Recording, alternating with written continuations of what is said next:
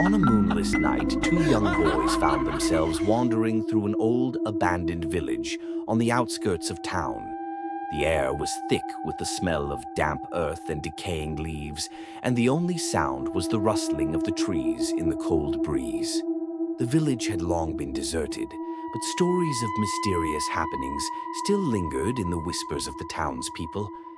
As they explored, the boys stumbled upon a dilapidated house, its windows shattered and door hanging loosely on its hinges. Curiosity overcame their fear, and they decided to venture inside.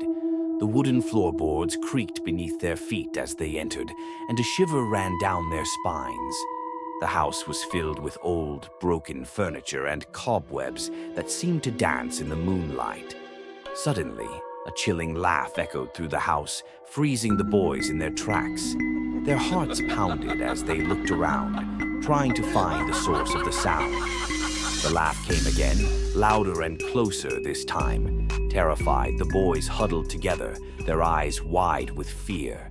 Out of the corner of his eye, one of the boys spotted a shadowy figure at the end of the hallway. It was tall and thin, with glowing red eyes that seemed to pierce the darkness. The figure began to move towards them, its footsteps echoing through the silent house. The boys screamed and ran towards the door, their hearts racing.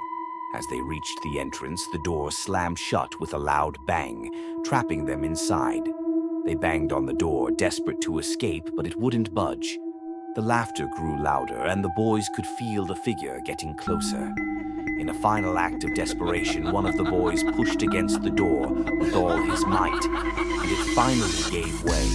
They tumbled out of the house, their hearts pounding in their chests.